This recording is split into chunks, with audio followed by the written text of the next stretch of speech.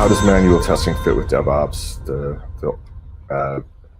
This is a question that is really difficult to solve. I don't know if it's possible to give a general answer. This is something that people have been asking me to research or figure out for them for, ever since people started asking me, hey, you know how to use Selenium? This is something that we've struggled with.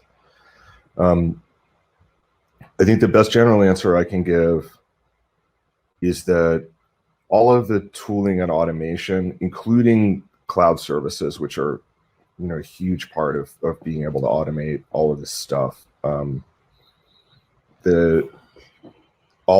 of that whole set of tools, that all of that should be engaged before manual testing even starts. So this is another reason why I'm able to come into organizations, sometimes at least, and hey, Vernon, this is another reason why I'm able to come in and take a pretty quick look around at logs and some other, artifacts like the code base, and then start suggesting technical solutions for testing. Is that manual testing is extremely expensive. It is not only expensive in terms of human time, but it is also expensive in terms of if you don't treat manual testing practitioners right, they like any other very, highly in demand subset of software engineering, if you don't treat people right, they move on, and it's very easy for manual testing to become this painful bottleneck where people are just constantly feel like they're under pressure, and that's all it takes to not have decent manual testing anymore, or to just like wind up without any manual testing, because a lot of, certainly for a small to mid-sized company, you might only have a few testers. So there are all kinds of horror stories, and people certainly seek me out to tell me them whenever possible, about losing the testing team because of some kind of digital transformation or perceived shift to DevOps, or some other side effect of automation. The reason this happens is because people do things backwards, right? So the first thing that should happen with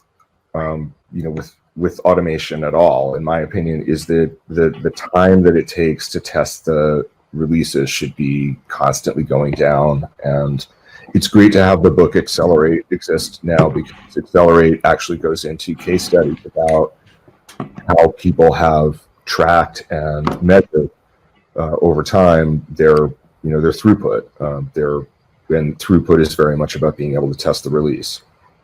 If you think about it, the whole thing that makes releases slow is that they have to go back for fixing.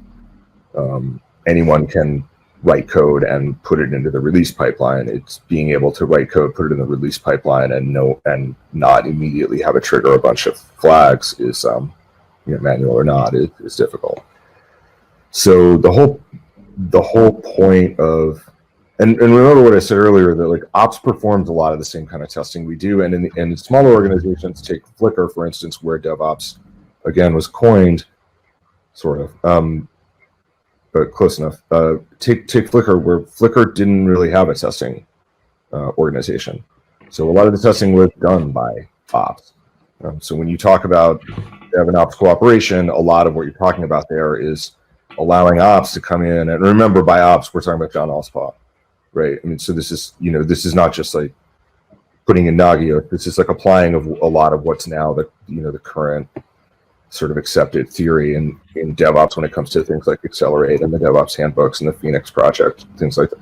So how DevOps began, in a lot of ways, was just allowing Allspaw and his team to start to add transparency to the application, so that when they had to test outages, and Flickr certainly went down a lot. I mean, Flickr was an amazing example of perpetual beta, the way that Gmail was for 5 years. I mean, this was the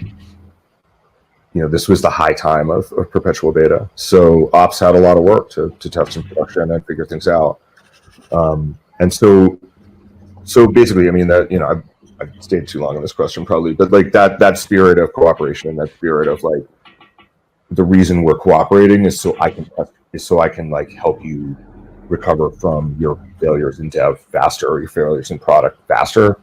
That idea is that, even though the idea of the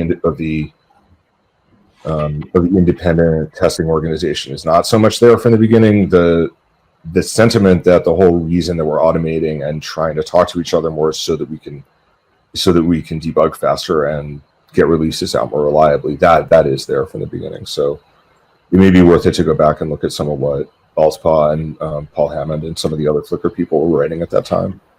Flickr, by the way, I mean, Flickr is like what used to be known as the Flickr core team. They're now known as Slack. So like, these are some very influential just people in general in tech. It's totally worth it to spend an hour or so to just sort of see what they were thinking back around 2006, 2007 when they were developing this stuff.